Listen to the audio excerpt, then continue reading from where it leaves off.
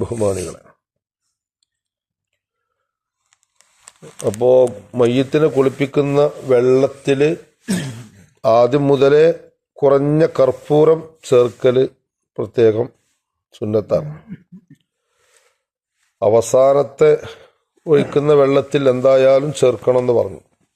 തുടക്കം മുതൽ തന്നെ അല്പം ചേർക്കുന്നതും നല്ലതാണ്. ഏറ്റവും ശക്തിയായ സുന്നത്താണ് ആഖിറിൽ, ആ അവസാനത്തെ വെള്ളമൊഴിക്കല്. ഇനി നമ്മളെ കൂട്ടത്തിൽ ഹജ്ജിനോ ഉംറക്കോ ഇഹ്റാം ചെയ്ത മുഹരിം, ഇഹ്റാമിലാണ് ആളുള്ളത്, ഇഹ്റാം ചെയ്ത സമയത്താണ് ഇയാൾക്ക് മരണം പിടിപെടുന്നതെങ്കിൽ മൂപ്പരെ കുളിപ്പിക്കുന്ന നേരത്ത് ഈ പറയപ്പെട്ട കർപ്പൂരം ചേർത്തിയ വെള്ളമൊന്നും വേണ്ട. മൂപ്പർക്ക് പ്രത്യേകതയുണ്ട്, ആൾ ഇഹ്റാമിലാണുള്ളത്. വയഹ്റുമു തത്വീബുൽ മുഹരിമി, ഇഹ്റാം ചെയ്ത വ്യക്തിക്ക് ത്വയ്യിബ് സുഗന്ധം ഹറാമാണ്. ഫി ബദനിഹി, ശരീരത്തിലും പുരട്ടണ്ട. വ കഫനിഹി, കഫംപുടയിലും വേണ്ട. വ മാഇ ഗസ്ലിഹി, കുളിപ്പിക്കുന്ന വെള്ളത്തിലും വേണ്ട. നമ്മൾ കർപ്പൂരമൊക്കെ ചേർക്കുമ്പോൾ ഒത്തിരി വാസനയൊക്കെ ഉണ്ടാവും, നല്ല സുഗന്ധമൊക്കെ ഉണ്ടാവും. അപ്പം അതൊന്നും, പനിനീർ തെളിക്കണ്ട, അതൊന്നും വേണ്ട.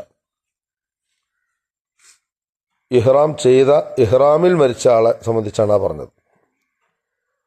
ഇതാ ചമ്മൽ ഗസ്ലു, ഇപ്പോൾ കുളിയെല്ലാം കഴിഞ്ഞു. ഈ പറയപ്പെട്ട ശരീരത്തിൻ്റെ ഓരോ ഭാഗങ്ങൾ, വലതു ഭാഗം, ഇടത് ഭാഗം, പുറഭാഗത്തുള്ള വലതു ഭാഗം, ഇടത് ഭാഗം, ഇതൊക്കെ കഴുകുമ്പോൾ എല്ലായിടത്തും മൂന്ന് പ്രാവശ്യമാക്കൽ പ്രത്യേകം സുന്നത്തുണ്ട്. വലതു ഭാഗത്തെ ഭാഗം ചളിയും ഒക്കെ കളഞ്ഞല്ലോ നമ്മൾ, അതെല്ലാം 3 പ്രാവശ്യമാക്കൽ എന്തുണ്ട്, സുന്നത്തുണ്ട്. ടോട്ടൽ 3 പ്രാവശ്യം നമ്മൾ എന്ത് ചെയ്തു, കുളിയെ സംബന്ധിച്ച് പറഞ്ഞു. ഇനി കുളിയെല്ലാം കഴിഞ്ഞ് ഫൈദാ തമ്മൽ ഗസ്ലു, കുളിയെല്ലാം പൂർത്തിയായാൽ യുലയ്യിനു മഫാസിലഹു, ഒന്നും കൂടെ ആദ്യം നമ്മൾ ചെയ്ത പണിയുണ്ടല്ലോ, കെണിപ്പുകളൊക്കെ ഒന്ന് മയപ്പെടുത്തുക. അതാദ്യം നമ്മൾ മരിച്ച ഉടനെ കെണിപ്പുകളൊക്കെ മയപ്പെടുത്തിയിരുന്നു. അതേ കർമ്മങ്ങൾ കുളി കഴിഞ്ഞാലും ഒന്നും കൂടി ചെയ്യാം. എന്നിട്ട് വൈനശിഫു, പിന്നെയാണ് തോർത്തി കൊടുക്കേണ്ടത്. അപ്പോൾ കുളിയെല്ലാം കഴിഞ്ഞു ശേഷം വീണ്ടും കെണിപ്പുകളൊക്കെ ഒന്ന് മയപ്പെടുത്തി നനഞ്ഞ ഭാഗങ്ങളൊക്കെ നല്ല വെള്ള തോർത്തുകൊണ്ടെടുത്തിട്ട് നല്ല ഉഷാറായിട്ടൊന്ന് ഒപ്പിയെടുത്ത് നല്ല ഉണക്കി കൊടുക്കുക. പെണ്ണുങ്ങളൊക്കെ ആണെങ്കിൽ മുടിയൊക്കെ മുടഞ്ഞിട്ട് 3 ഭാഗത്തേക്കാക്കിയിട്ട് 3 കൊമ്പാക്കിയിട്ട് മുടിയെല്ലാം മുടഞ്ഞിട്ട് കൊടുക്കുക. മുടിയെല്ലാം ചീകണം. ചീകിയ മുടി, ചാടിയ മുടിയെല്ലാം എടുത്തു വെച്ച് കഫംപുടയിൽ വെക്കണം. ഒക്കെ പോയിക്കോട്ടെ ഖബറിലേക്ക്. ഇനി കുളിപ്പിക്കുന്ന ആളെ ക്വാളിഫിക്കേഷൻ.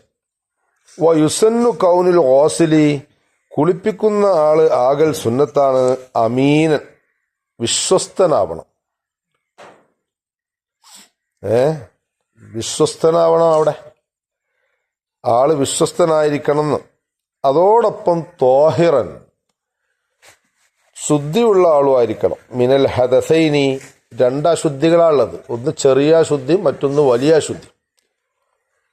അപ്പോൾ ഇയാൾ ആരാവണം, ഉളൂ ചെയ്തുകൊണ്ടായിക്കോട്ടെ കുളിപ്പിക്കേണ്ടത്. ഇന്നലെ ഒരാൾ മയ്യത്തിൻ്റെ ഞങ്ങൾക്ക് ലാസ്റ്റാണ് ഉളുണ്ടാക്കി കൊടുക്കൽ എന്ന് പറഞ്ഞിരുന്നു. അതെന്തിനാ?